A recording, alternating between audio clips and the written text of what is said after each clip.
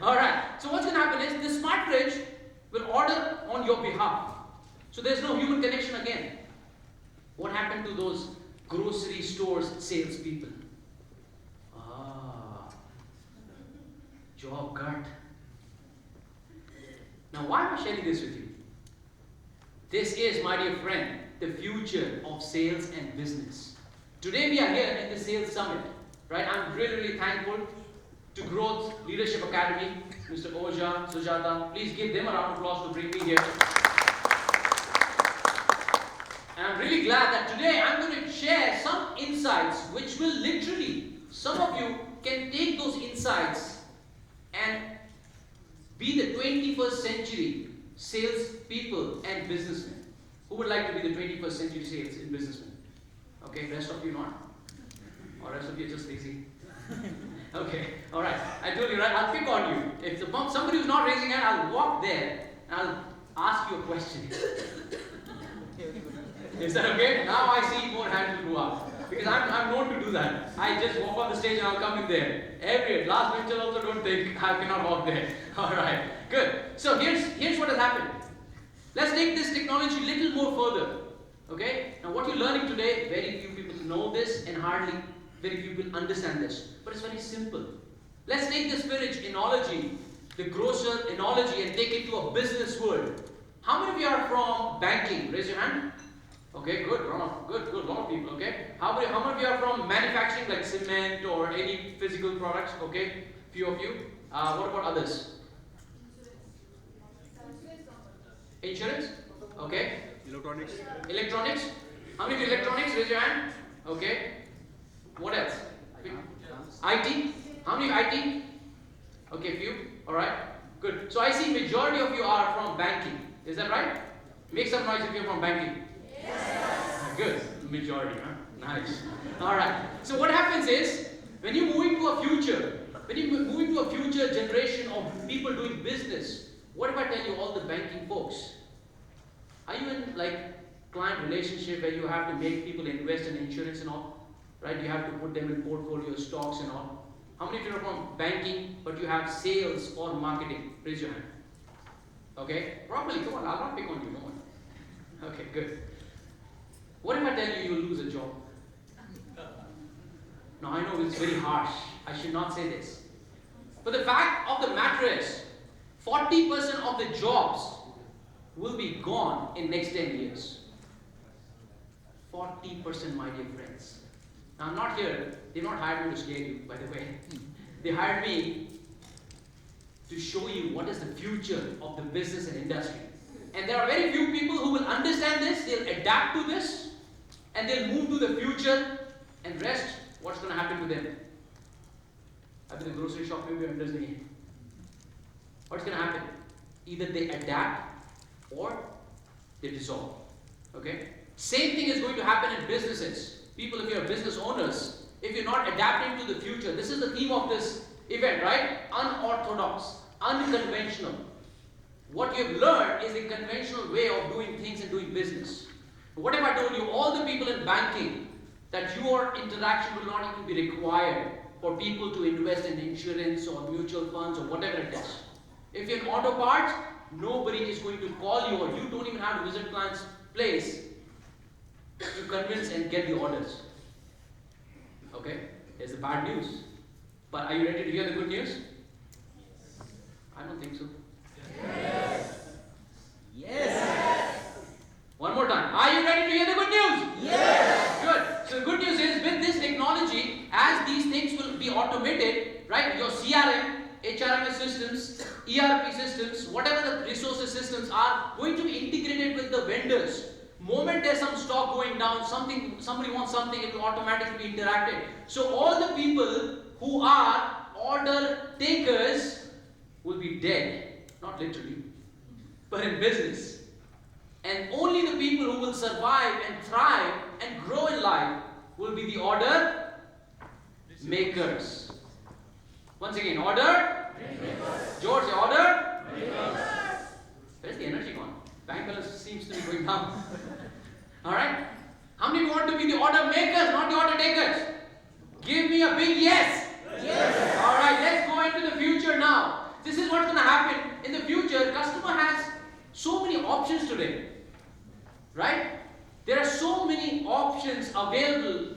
We moved from the seller's market to a buyer's market. Buyer's market. So what does that mean? That today I have so many options to choose from. I have all the information on my fingertips. I can do the analysis who's good, who's bad.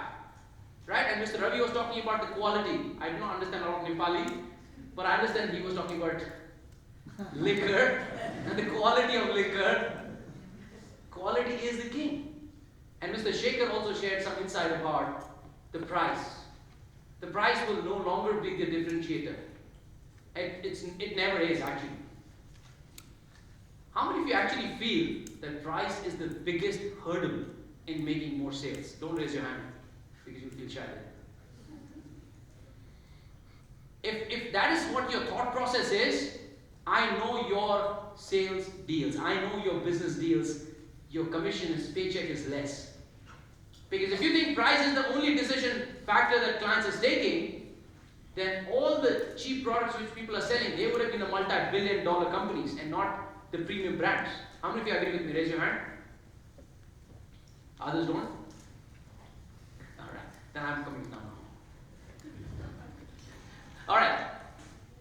So with this, the entire market has been disrupted.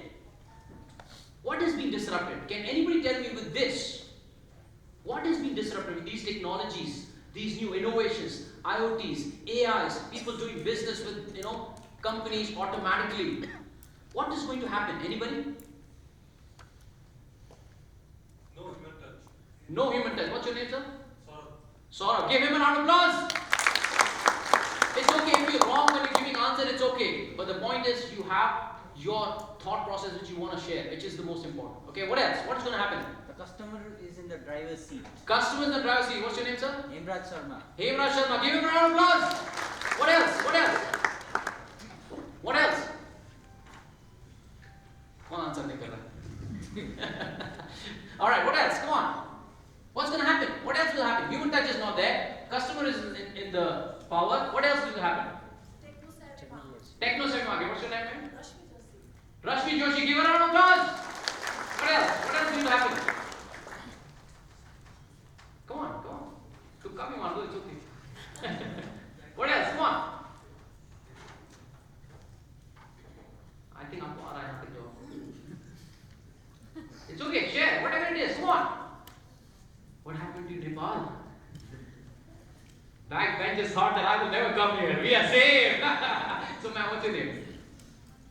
Anita. Give Anita a round of applause. So, Anita, what else will happen? Technology is going to take over. Client is going to be in control. What else?